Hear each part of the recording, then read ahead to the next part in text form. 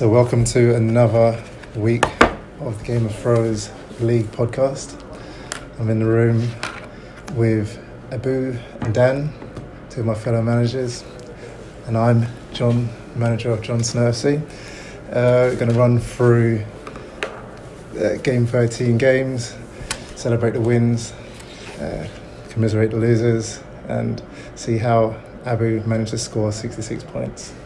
So we're going to start with the first game, which is Sham versus Mihir, which Sham took by 56 points to Mihir's 39. Yeah.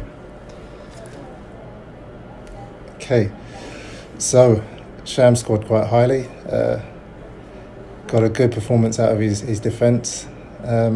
Salah picked up 8 points. Hazard let him down with earlier point, and not too much coming from the bench, so he's done quite well there. How do you guys see that game going? So it's a pretty solid outcome for Sham, considering he's carrying two injuries, with Mendy and De Bruyne, two long-term injuries now. De Gea and Alisson, so had a choice of clean sheets for the keepers, which is quite good. And then we'd have to check the stats, but that looks like one of the highest scoring defences we've seen all season, with Trent scoring a goal, Fernandes an assist, and two other clean sheets. So all in all, pretty solid. Yeah, I'll agree with you. It's Sham's defence actually got him the victory, which is surprising, seeing as he's got Salah and Hazard as well. Sham's team is generally very strong. It's actually a very good side. I don't care for his strikers, but that's a solid team, a solid win. Looking at Mihir, all of his points came from Sigurdsson and Firmino. So the match after international football is always a funny one. You can never quite predict what's going to happen, and it turned out that way for Mihir, without any of his players performing really, apart from Firmino and Sigurdsson. And Firmino, who hasn't done much all season, so for him to get back into form, I think he picked up Iheanacho on a waiver, and he got an assist in the 20 minutes he played, so that was a smart signing. But yeah, you're right, the rest of the team let him down. Yeah, that Chelsea loss kind of let his defence down, with Alonso, normally a top scorer, only achieving 1 point. Bit hit and miss for me here. How has he only scored 39 points? Yeah, he doesn't seem to have. Well, he's got two goalkeepers, and both of them. Well, Fabianski got smashed to pieces. Yeah. He got Man City, so. Yeah. But he's the third highest point scorer overall, Mihir. So he's 39. It was a funny game week. 39 would have won him quite a few other games. Yeah, it was. So it was just unfortunate that he was up against Sham. Yeah. Sham's team is probably second best in the league. Behind John? Yes. Yep. Oh, that's funny. Looking at his team, I can see why you would say that. And yeah, the points do add up. He scores quite heavily. He's got the most points in the league. So yeah. Strong team. It's a fair shout. Fair shout. But he's still only third, so we'll come on to the other games. But he needs Abu to slip up. He needs Nick to slip up again to get top spot. Yeah. Should move on to the second game, which was Dan versus Abu. Both in the room today. Dan only picking up 31 points, but somehow Abu's finished off with 66 points. Going into the Sunday game, I saw he was at 61. So how did you manage that, Abu? I have no clue. Because my first feeling was, when I did see that there was the scoreline, especially on Saturday, it was like, yes, I'm going to get a win. Because I was on a 4-game losing streak, and I was very close to breaking the record for losses, especially as my next game was Nicholas, who was on form and was the current champion. I think Ganesh lost like 8 in a row. Some way off that. Yeah, so again, I think it's just international football. You can't really predict it. United haven't really kept a clean sheet all season, but somehow they got a clean sheet. Guardiola's finally decided to play Sané, which played into my hands, and then Ranieri taking over at Fulham. which allowed Mitrovic to get 2 goals. So and Kane even in form. So it's surprising. I don't think that would happen. Yeah, it was a surprising start to the season for Sane, sitting on the bench for so long, but just shows the quality that he's got. Being able to, did he score 2 and get an assist, was it? Exactly, he scored 2, got an assist, and then 3 bonus points, plus his clean sheet, there you go. which took him to 19 points. The Wolves guys let me down. I was actually banking on them to try and save my week, but they are 4 players that scored a combined 5 points, which was very disappointing. That could have been a really high score if Wolves had done well. And Eriksen or Asby being on the pitch as well. Yeah. But it kind of makes sense if you're backing Wolves at home against Huddersfield. Yeah. You expect a clean sheet there at least. And I was surprised that Aguero didn't score any points, because with the 4-0 win, you'd bank on him to at least get 1 goal. But yeah, very lucky. So Aguero's struggles away from home continue, which is not good. When Jesus comes on and scores double his points in 9 minutes, you know you're in trouble. Yeah. Not much else to say about Ausfallen. Coleman, who came in on a waiver a couple of weeks ago, is continuing his good form. I brought Young in because we fancied United to keep a clean sheet, and then they've got Southampton next up, so he's not a bad choice. But the rest of them, pretty average. Are you going to stick it out with Aguero? Unless I get any offers. Okay. So Aguero is something like he's averaging 10 points plus per home game, and it's something like 2.6 away from home. And you stick with him or not. So Bournemouth at home next week. I'm dependent on him, I think. Could go for a more well-rounded striker. Live on the podcast. Such as? Lacazette. Ooh, Lacazette. You're not proposing a like for like. There's got to be something else in there, hasn't there? Okay, maybe we should take this on. So Aguero's got 8 Premier League goals, and Mitrovic has 7. So could you stop right there? I'm now seeing why I was invited to this. But yeah, a very good game. Well won by Abu, breaking a record now. Record holder with 66 points. Could have done higher if Wolves had turned up. But yeah, any more points to add on that game? No. Okay. So moving on to the next game, which was Ed's Flying Pigs versus Greg, which was a very low scoring game. There's only 1 point in it. Ed took the game through, I'd say... Luck? Yep, luck. So his defence scored 3 points. His midfield scored 9 points. He had a good performance from his strikers, which won in the game. Murray picking up 8 points and King picking up 7. King actually played a very good game in that Arsenal match. And Hennessy on the bench as well. 10 points, yeah. Yes. How and how was Greg to compete with that? Greg's team. After a couple of giant killings, only Laporte and Wolfswap did anything with no. Smalling. Yeah. I feel he's playing with Morris already getting a point. You know, the rotation at City is, what do you do? Well, that's why I wanted to get rid of Mahrez earlier on in the season. And he did go through a bit of a purple patch. And I think if you look at the 13 game weeks we've had, there's 3 game weeks where Mahrez has got 10, 11, 12. One game week where he's got 5, and every other week is 1 or 2. And you almost don't want him to come on if that's the case. If he's coming on for 5-10 minutes here or there and doing nothing, you'd almost rather auto-sub him out if Greg had fit players on the bench. Greg is also now down to 9th in the league, joint on points with Ed. And James. And myself, actually. Yeah. It was a bit of a weird one because that one was a 6-pointer for Greg, and losing that, he's allowed a lot of teams to join him on 15 points, and he's second from bottom when he's been quite high up in the league. I'm sure he was coasting at 6th. So I think it was once he sold Hazard that everything kind of fell apart for him and bought in Milner. I'm sure he's got a master plan. I would hope so. But looking at Ed, I think that the Bournemouth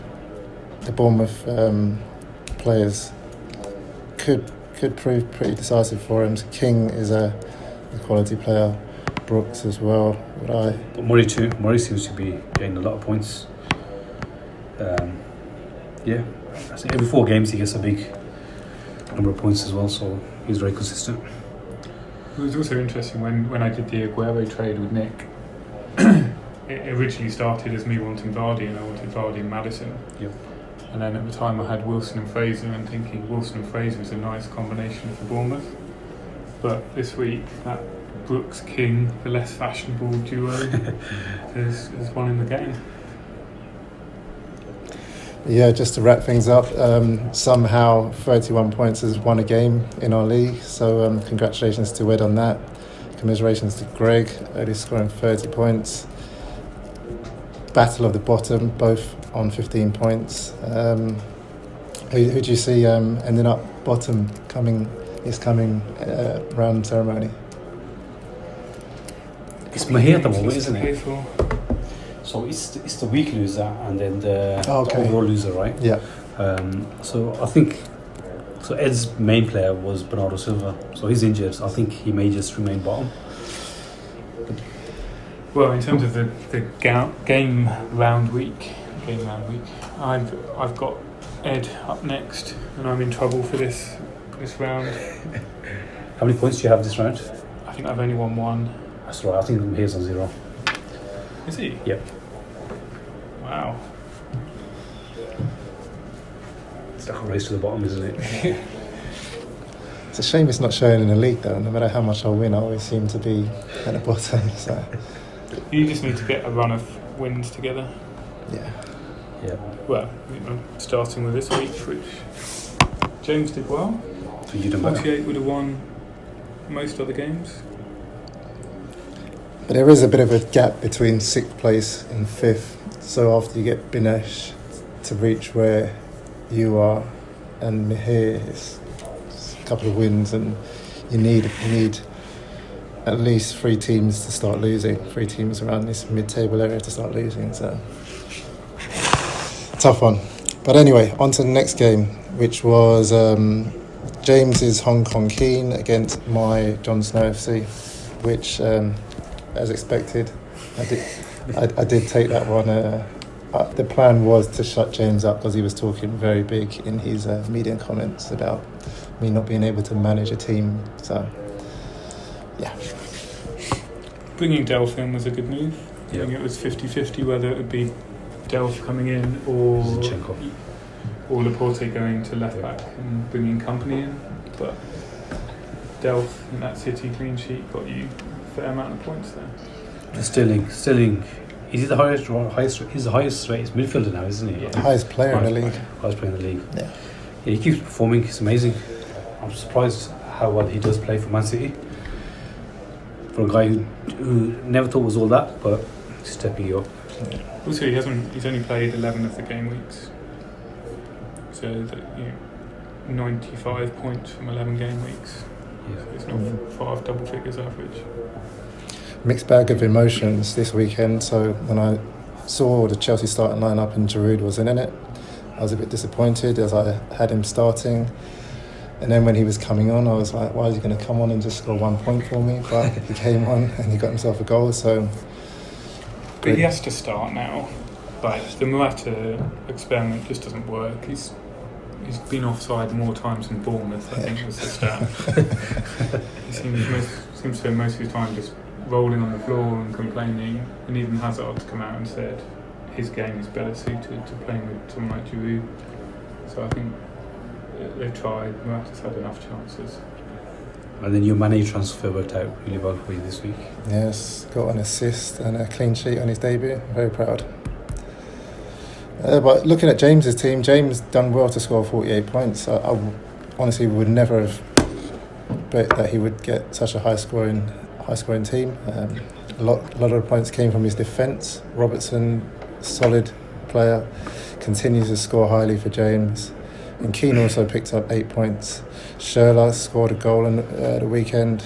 And Arnautovic is playing well. So I can see why he would do so well on points. So he picked up Sessegnon and Schürrle on waivers, I think, which is it makes sense. New manager, team playing a bit more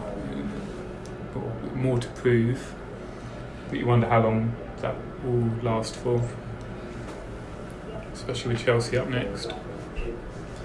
Yeah, it's that Ranieri effect. You could take away 16 points immediately if they hadn't done anything, so yeah.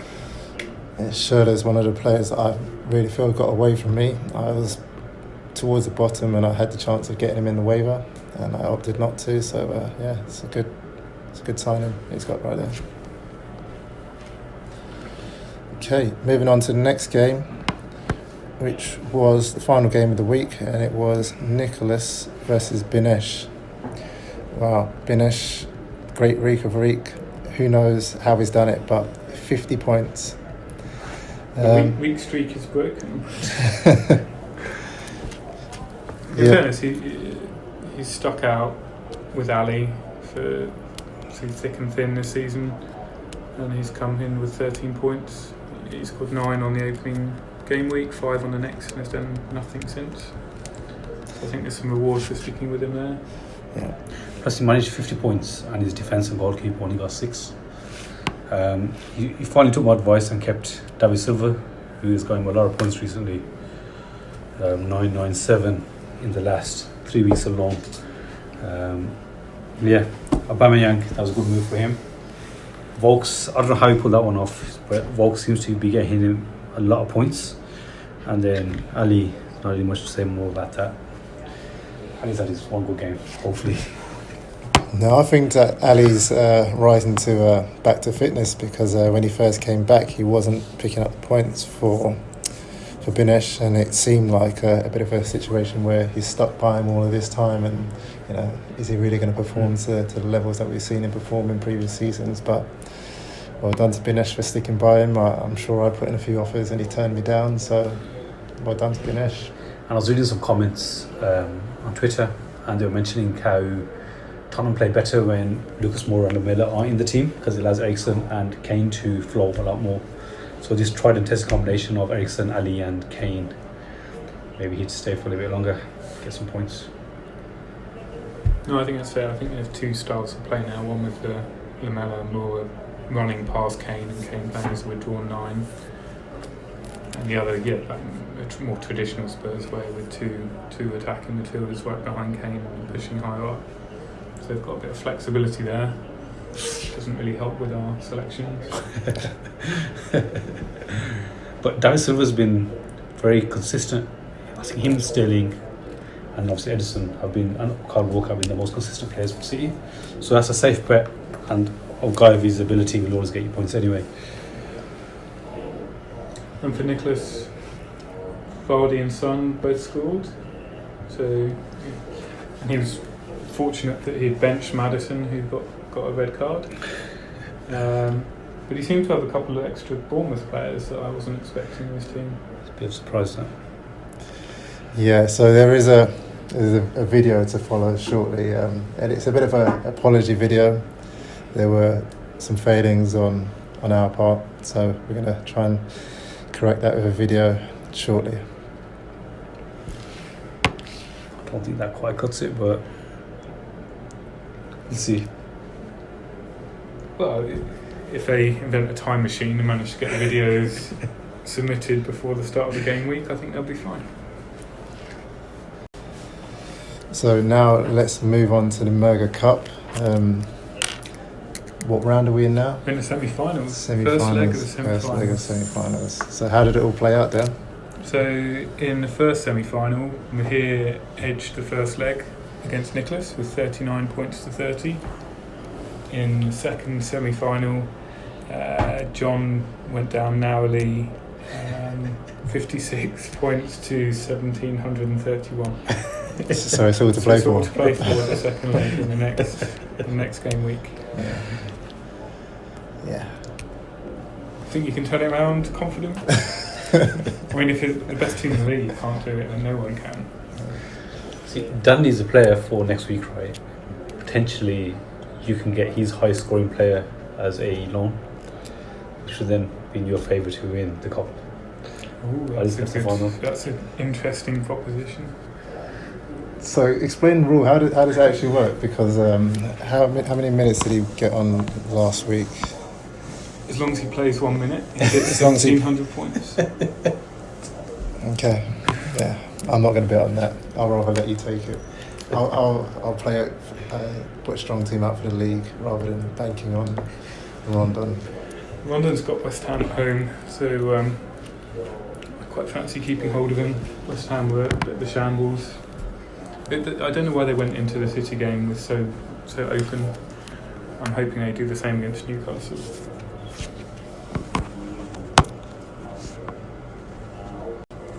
Okay, so moving on to next week's fixtures, we're going to discuss strong teams who we believe is going to win. We're going to make some predictions, and hopefully we'll be able to stand by them in a week's time.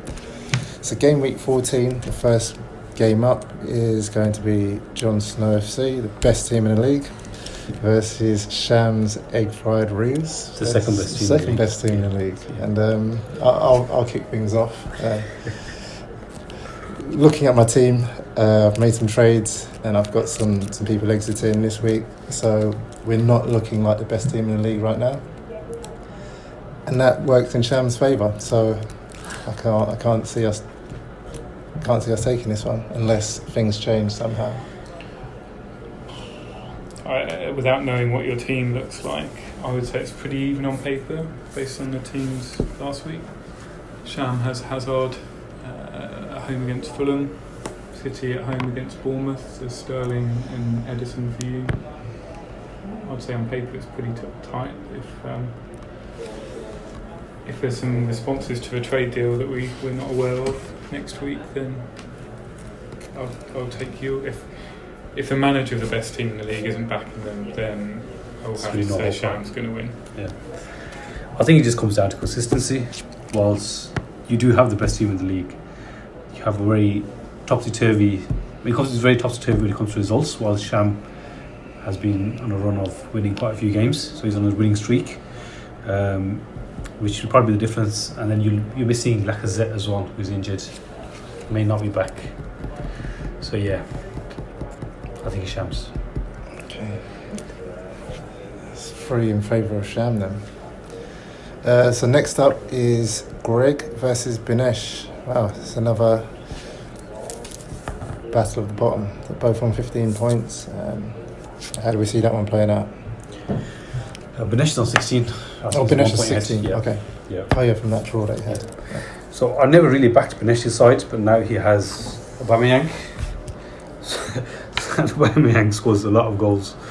So if you look at Binesh's side, he's got Aubameyang, Silva, and now Ali and Vokes getting points. So he generally relies on a few players, and unless all 4 of them somehow get injured, I think he's going to win this one. I'm going to say Greg, actually. I think it's Aubameyang, he's scoring goals, but against Spurs, it's going to be a tricky game. I don't think it'll be open. And Greg, the guys you've got in points this week, Laporte, Smalling, you can imagine Mahrez having a better run out against Bournemouth. I think might be a low scoring nail biter with Greg picking it. Greg's not got much on the bench as well. 2 of his players are injured. So what you see is what you get with that team. Yeah, I'm going to go with Binesh. I think that he done good business getting in Aubameyang. He's got 2 very strong players. Townsend's a bit hit and miss, but Ali and Silva, as long as they can perform for him, Aubameyang. Chelsea have got Fulham at the weekend, so I don't expect Rudiger to perform as badly as he did this week, so I can see Binesh taking it based on that. So that's 2 in favour of Binesh and 1 for Greg. The next up is Abu versus Nicholas. So straight from the bottom, straight to the top. So currently Abu's sitting in first place. Nicholas coming on the back of a loss. Both very strong teams. How do you see this one going, Abu?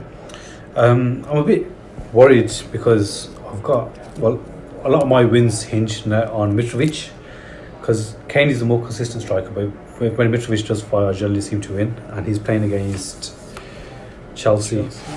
So I've got two Chelsea players and Mitrovic, so they're playing against each other, and then I've got Kane and Eriksen versus Leno in Arsenal. A lot more players are playing one another. With Sané, he had a man of the match performance, so I'm guessing he's going to be benched in Guardiola. And then it all hinges again on Wolverhampton Wanderers to somehow pull it off. I'm missing Lindelof, who's injured. I think he's going to miss a few games. So hopefully my Wolves players can pull it off this time. They've got Cardiff, so they've got a chance. Plus, we don't know who is going back to Nicholas from John's team. True. Nicholas could be a lot stronger. I feel like Nicholas has been gearing up for this. Yeah, I feel like there should be a punishment for these sneaky manoeuvres. There was nothing sneaky about it. It'll all be explained shortly. But I'll just jump in now. So I'm going to go with Nicholas. I think Abu's team is a bit more hit and miss. I think Nicholas has the stronger team overall. And his team looked awful last week, only scoring 30 points, but I'm sure he'll come back and he'll have a much stronger team next week. Yeah, I think he's taking his eye off the ball this week, but there's a reason for it. Yep. Same. Oh, so we all Nicholas, go for Nicholas. Yeah. Okay, cool. Okay, so next up is Mihir versus James. So this is a must-win game for Mihir, who's currently bottom of the game week table. He goes up against James. He's got a decent squad, especially Sigurdsson, who's his most consistent player. He's at full strength now with Powell being back. Yeah. He has 3 strikers.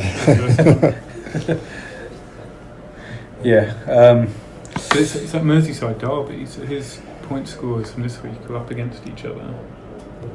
So I think he has got the better squad.